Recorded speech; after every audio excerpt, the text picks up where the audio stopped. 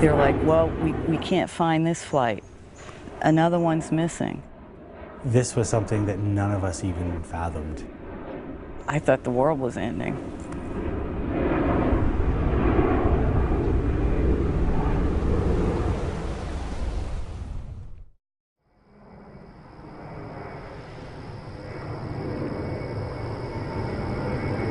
I remember as a kid, you see airlines flying over your head, so you're wondering who's flying and who the people that are flying these things, who's taking care of them.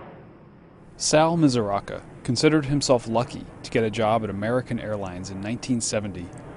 On September 11, 2001, he was a ramp supervisor, overseeing crews that were preparing Flight 11 for departure to Los Angeles. Over the years, he'd become friends with its captain that day, John Ogonowski. Captain Augie was a kidder. He was a great guy, you know, and he'd say to me, "Am I getting this airplane out on time?" I said, "You bet you believe it, you're going to get it out on time." Flight 11 was about to pull away from the terminal when a call came down from the gate. Crew chief said to me on the radio, "I got 2 bags here. They're late from US Air. I want to put them on the airplane." And I said, "No, it's 2 minutes before departure time. You're going to put them in my truck." Howie Crabtree was also supervising the ramp that day. For 2 bags, that was not a sufficient reason for that plane to go out late. The airplane pushed off the gate. I waved to Captain Ogonowski. The crew chief saluted the captain, you know, as normal procedure, saying that everything was okay, you're ready to push off, and flagged them out. Boston-based flight attendant Hallie Cameron knew Flight 11 well. Cross-country non-stops were highly desirable. They were easier. They were coveted, and you know, if you could hold it, it was a sort of like, you know, a coup. And you know, I held 11 this month. In the belly of Terminal B, Jim Sayer, a flight attendant who had turned administrative assistant, was checking his boss's mail when he overheard a manager talking on the phone. I heard her say, "What do you mean 2 flight attendants have been stabbed? What gate are you at?" So I stepped into the office, and I just kind of stood there for a minute, and she looked kind of flustered, and she hung up the phone, and she's like, "If that phone rings, make sure you pick it up." About 30 seconds later, it did ring. On the other end was Amy Sweeney, a flight attendant on 11. 2 flight attendants had been stabbed, and a business class passenger had had his throat cut. She said she knew they were low, but she didn't know where they were exactly. They tried to get in touch with the cockpit, and there was no answer. Passengers were under the impression that they had a medical emergency and they were going to land. Hijacking, by our definition, before that day was, yeah, if someone takes command of your aircraft, there may be injuries, there may be people killed, but the plane lands somewhere. It eventually goes somewhere. At about 9 a.m., Captain Brian Doobie was walking towards his American Airlines flight to Dallas when he was stopped by a staff person from the chief pilot's office. She says they have Flight 11. Flight 11's been hijacked, and she specifically said that's John Ogonowski's plane. John Ogonowski, I was his co-pilot for a decade. So he was one of the guys that who really taught me the profession of being an airline pilot. Doobie immediately got in his car and headed for Dracut, where Ogonowski's family lived. By now, news of the hijackings and crashes in New York had spread throughout the airport. Ramp supervisors Mizuraka and Crabtree watched with horror as the Twin Towers burned on television. When they learned it was Flight 11 that had flown into a tower, they remembered the 2 bags that they had held off the flight. Howie said to me, "Sal, I think the 2 names on the bags were Arabic names." They quickly retrieved the bags. A state police dog sniffed the bags for trouble, and, finding none, it was decided to clip the locks and open them. Unzipped them and, you know, just flopped them over and I was pretty astounded with what I found in there. I was like kind of shocked. The contents of the first bag included Boeing flight training videos, a knife, and a can of pepper spray. The contents of the second bag were just as chilling. I've never seen anything like it. In front of me was a suit all laid out, folded, with a shirt and tie made like a funeral parlor would do to a corpse. But the corpse wasn't in it. By this time, millions of Americans were watching the unbelievable events in New York happening in real time on television. One of them was flight attendant Cameron at home in Kittery. things are starting to unfold. They're talking about hijacked airplanes. They're starting to, you know, and that's when I started to sort of say, wow, you know, first of all, could it be an American Airlines flight? You know, you start thinking in general, could it be a flight out of Boston? Could it, you know, could anyone I know on any base be on those airplanes? Could it be my flight?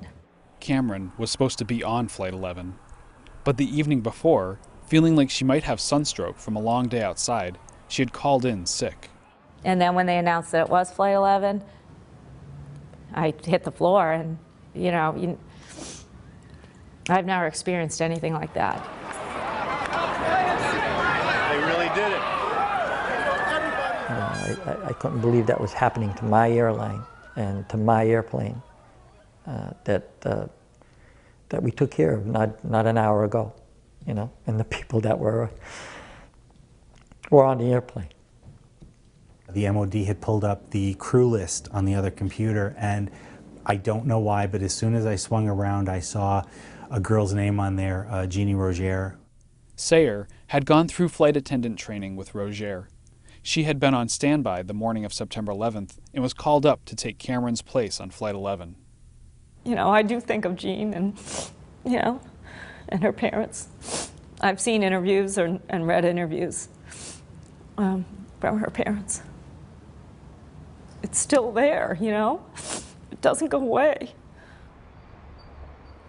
On his way to Drake to be with Captain Ogonowski's family, Brian Doobie had called the daughter's school to have them taken home. He arrived at a devastated household.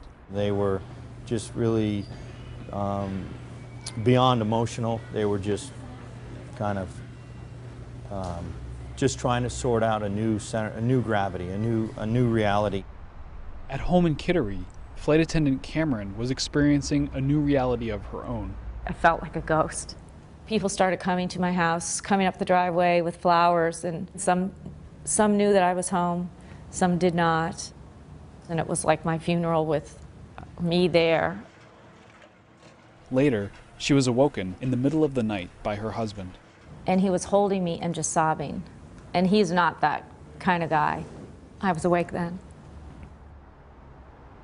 The next day at Logan was like a ghost town. You could hear the wind outside, you could hear everything going on. It was only workers, and everyone was very, very somber. Talking to each other, you know, trying to heal. You'd walk down the hall and you'd be fine. You'd have a focus, I have to go see so-and-so about something.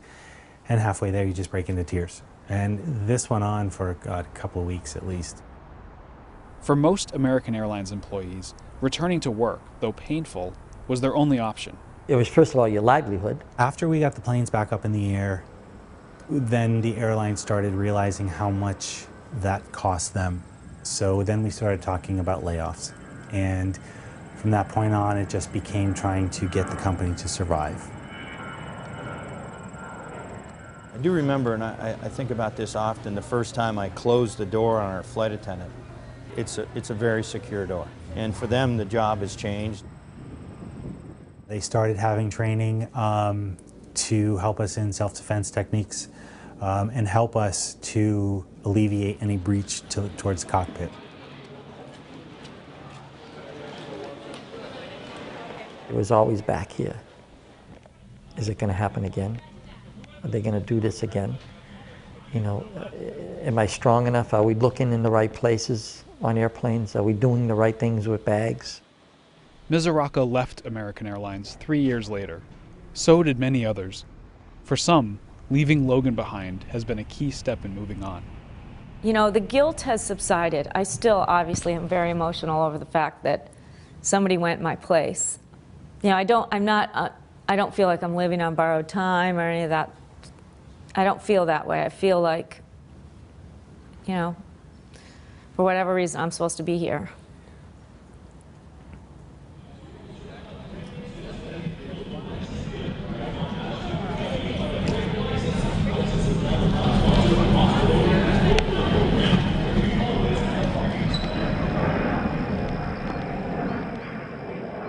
For Sal Mizoraka, September 11th remains a bitter memory.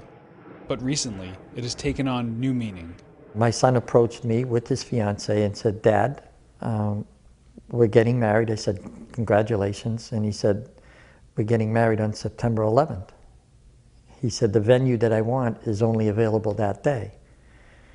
And I said, "Well, September 11th it is, you know." And I said, he said to me, he kind of held me and he said to me, "It's going to be a good day for you today, September 11th. So I said, "Okay."